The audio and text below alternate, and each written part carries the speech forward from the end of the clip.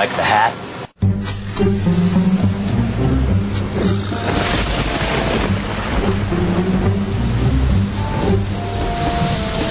Every week, the same old story. Baskets, bags, bushels of letters, all saying the same thing, all with the same complaint. Why have I outlawed the one thing that makes people's holidays complete? The one food they love even more than turkey itself. I don't get it. It's like they don't care. They just don't care that stuffing is bad for the bird that it goes into. Why is that? Why am I talking to you? You know, it isn't that I don't appreciate the whole stuffing concept. I do, really. I get that stuffing could provide contrasting flavor and texture, that could soak up cooking juices, and, I mean, let's face it, there are only so many ways to cook a bird, you know? So stuffing could provide a crucial creative outlet. If there was just some way to create a great stuffing without, you know, killing the courier, so to speak. I'm willing to admit that I was wrong, that I've been hasty. Maybe I haven't seen the meal for the bird, you know? I mean, maybe we've got sound science in our minds and good tools in our pockets and first-rate ingredients in the pantry. Maybe, possibly, perhaps, stuffing could really be...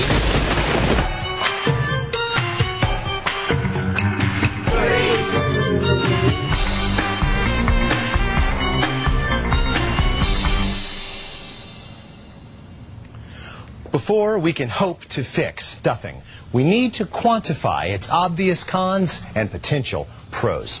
Now, to help me do this, I will require the services of 3 average American cooks who will come into this kitchen and prepare their favorite stuffing recipes. They will then insert those recipes into average roasting chickens in the 4 to 5 pound range. Are we ready? Let's glove up, cooks.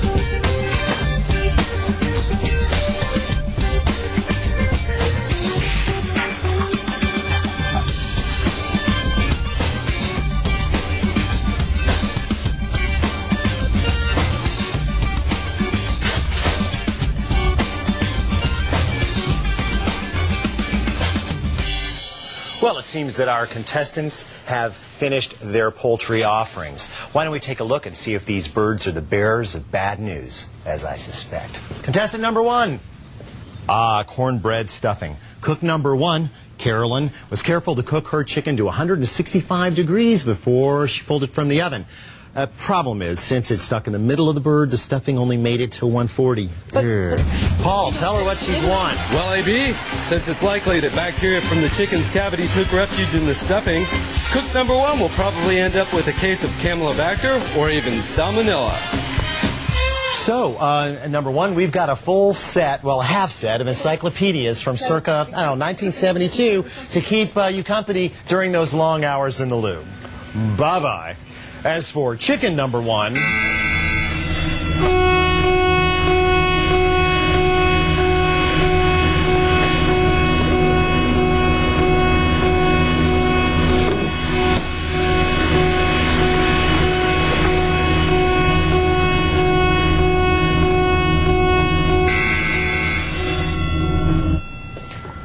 Cook number 2, a more safety-minded sort, was careful to monitor the temperature of her chestnut stuffing, which she didn't pull until it reached 175 degrees. Paul, what do we have for her? AB, we've got a nice pair of dentures to replace all the teeth that cook number 2 is going to lose when she bites into that parched desert of a bird. Indeed. There you go. And to go with that, a nice tube of Bob's Gnarly Grip to keep those in place until you've choked down every last hemp-like fiber. Bye-bye. Bye-bye. And now, cook number 3. Well, that wasn't very sporting. But you know, I'm willing to bet that cook number 3 stuffing was either soggy, gooey, or tightly compacted. And none of that qualifies as good eats. And so, the shape of the challenge emerges. A successful stuffing must be flavorful.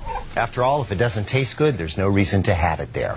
It must be porous enough to absorb the juices expressed by the surrounding poultry without turning soggy or becoming impacted.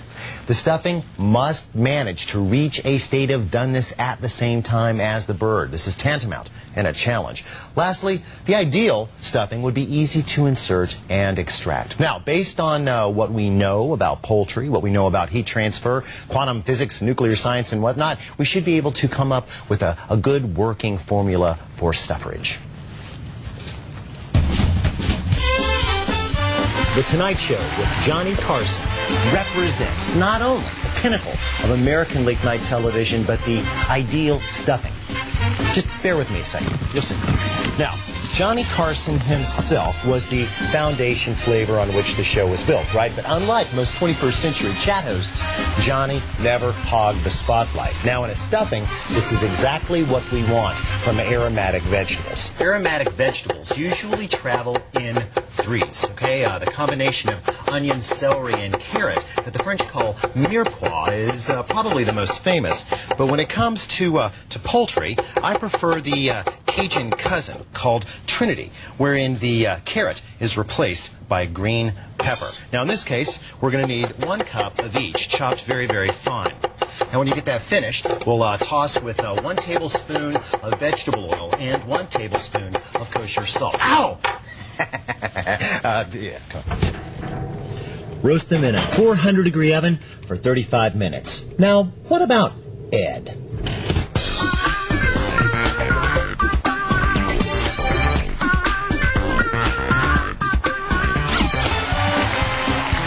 Ed McMahon laughed on cue, said things like, yes, but mostly he just provided bland bulk. Just like the bread, rice, potatoes, pasta, or other poor starchy goods that make up most of the stuffing's volume. Now, in this case, we are going to go with 3 cups of challah or challah bread cut into half-inch cubes. Why challah? Well, since it's an egg-based bread, it's a lot less likely than other breads to turn into goo when exposed to liquid. Since a bit of browning would definitely up the flavor quotient on this bread, and drying the cubes would make them thirsty for what the bird has to offer, we'll park them in here with the veggies for the last 10 minutes of cooking. Bye-bye.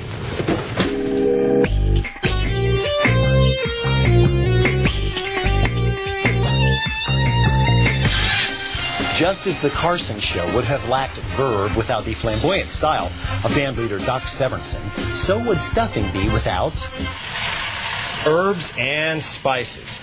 Now, although there are plenty of recipes out there that call for both herbs and spices, I like to keep my stuffing simple. And since it cooks for so long, I actually prefer dried herbs. So I'm going to go with 2 teaspoons of dried rubbed sage and 2 teaspoons of dried parsley. Of course, home-dried parsley would be better, but that's another show. That leaves the band, whose members really tied the show together. Found it, you might say. Well, a stuffing needs a binder too, something to hold the wet and dry goods together. Although I've seen everything from milk powder to mayonnaise used, nothing binds like coagulating protein suspended in a liquid base. And that spells 2 of them will do the trick. Now, let's turn to the guests. On The Tonight Show, the first guest was always a big A-list star, onto which Johnny would lavish most of his attention. Yes! Now, in stuffing, this is the lead ingredient, the one the stuffing is usually named for.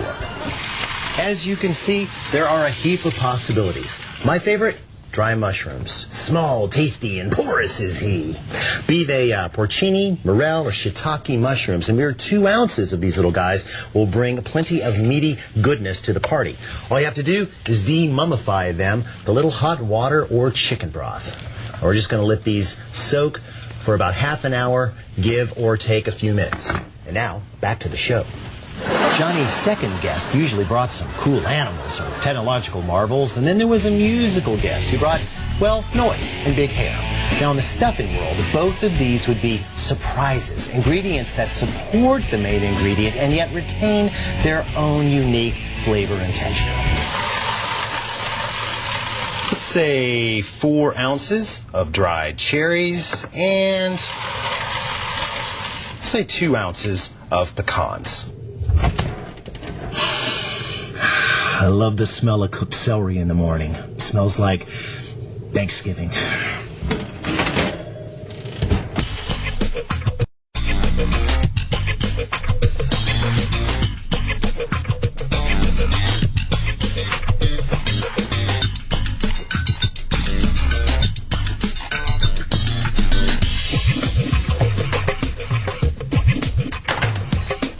Seeing as how this is a wet mass, the microwave would seem to be the perfect place to heat it. And yet, this is also an amorphous mass, which leads you to wonder, would you want to spoon 200-degree stuffing through that hole? I mean, even if you could get a spoon in there, you'd expose the stuffing to the air, that would cool it down, and that would just defeat the whole purpose for heating this in the first place. No, we need some kind of containment unit. We need a... Hey, wait a minute. Now, what we need is a sack of some type. There. No. Oh, here we go. I got these cotton bags to wean myself off of plastic produce bags. They're washable, porous, and all natural. You can get them from health food stores or from the internet. Oh, sorry, just type reusable cotton bag into the search engine of your choice. Let's load, shall we? Obviously, getting all of this into that little bag could be difficult, so we will employ our flexible cutting mat. Just roll it into a tube and deliver thusly. Here, nice and tidy. Now, you'll notice that the bag is only about half full, and that's good because the stuffing is going to expand in the bird. Put the bag in a bowl and the bowl in your microwave and cook on high for 6 minutes. In the meantime, make sure your oven is set to 400 degrees so that it's ready to receive the entire poultry stuffing package. Because when this comes out, we're not going to want to waste any time.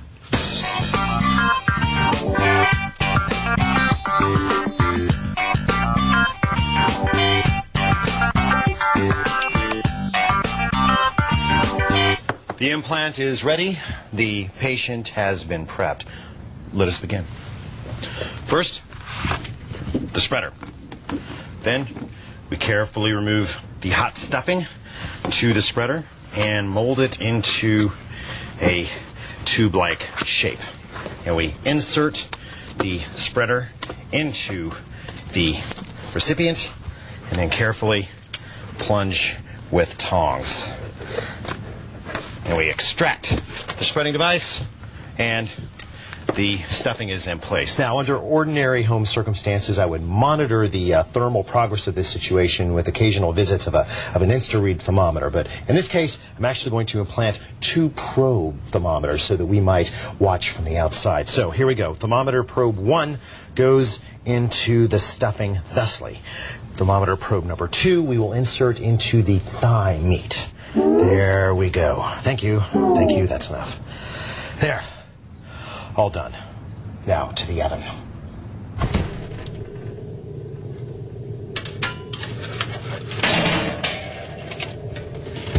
In an attempt to do thermal justice to bird and stuffing alike, we are going to roast at 400 degrees for 45 minutes, then drop the temperature to 350 degrees and continue cooking until both the stuffing and the thigh meat reaches an internal temperature of 170 degrees. That's what we're looking to do. We want the 2 things to hit that temperature as close to the same time as possible. Now, for those of you who would say, hey, he's not doing the turkey the way he usually does the turkey, well, all I can say is stuffing changes everything. Now all we can do is wait. I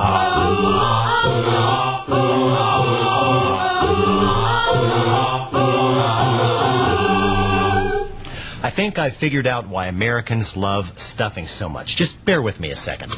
Now, cooks, they used to work in the big castles and noble houses of 16th century France, were expected not only to feed their bosses, but to entertain them. Now, one of the devices that they employed to do this was the farce. Now, in a farce, A mouse might very well be stuffed inside a fish. And then that fish might get stuffed into, let's say, a duck. And then the duck into a turkey, or probably a swan more likely. And then that might go into a pig. And then the pig would go into a cow or a horse, and on and on and on.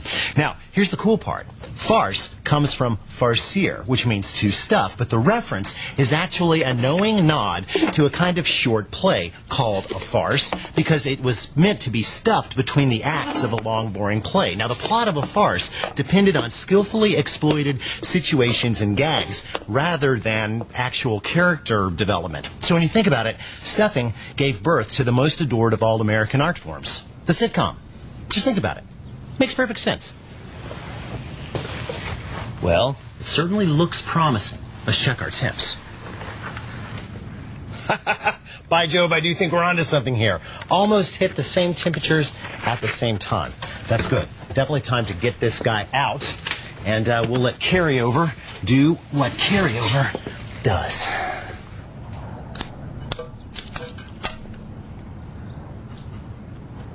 Remember, there could be some steam built up behind the bag or inside the bag, so keep your hands out of the way, okay?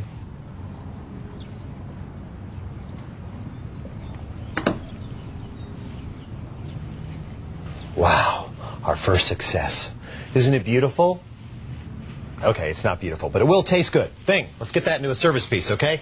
In the meantime, we will let our turkey have a well-deserved rest under a nice layer of aluminum foil. You did good.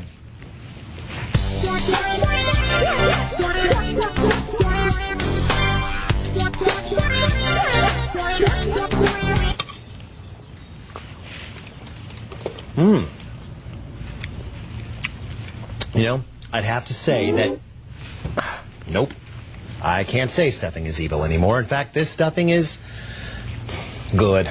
It's good. It's good stuffing. And you know what? If we can stuff vegetables into meat, then what's to stop us from stuffing meat into a vegetable, such as this acorn squash? Size looks good. Let's check it on the inside.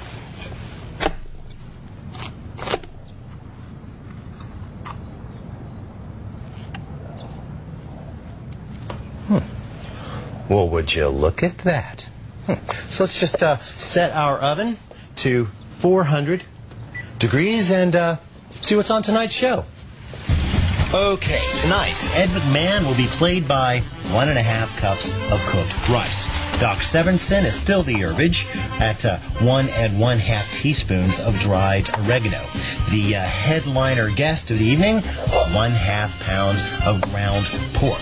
The second guest is 10 ounces of frozen spinach, thawed and drained, of course. The musical guest, 1/2 cup of pine nuts, toasted, please. As for the band, well, we don't need eggs in this one, but we could use some binder in the form of 1/2 cup of white wine.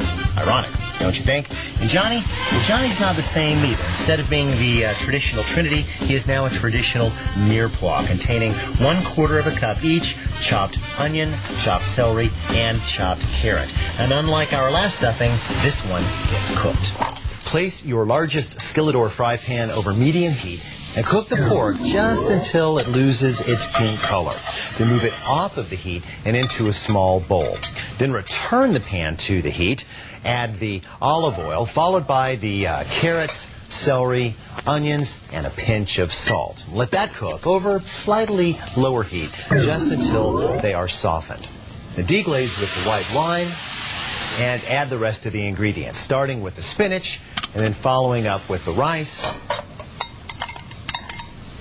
then the oregano, the pork comes back into the pan along with the pine nuts. Now stir that just until it's heated through and then crank on black pepper to taste. And that is your stuffing. Now it's stuffing time. But first, a little surprise. A 1/2 tablespoon of butter goes in the bottom of each cup. There, believe it or not, that will help to cook the flesh of the squash as well as to provide a little extra steam for the stuffing. Now, speaking of the stuffing, we don't want to pack it in tight. Just spoon it in and let it settle under its own weight. If you pack it tight when it expands, things are going to get really nasty.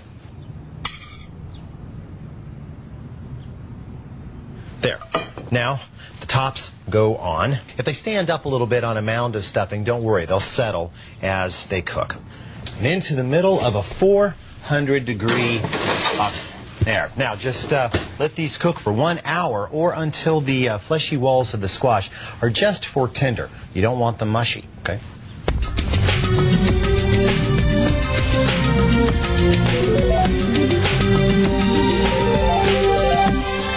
Well, I hope you've enjoyed what, for me, has been a rather humiliating experience. No, not because I've been reduced to playing with dolls, but because I have to admit that stuffing, in and of itself, as a concept, is not evil. In fact, in the right hands, it can actually be goodies. You are correct, sir. See you next time. Yeah. Will you be quiet? That is the straight stuff.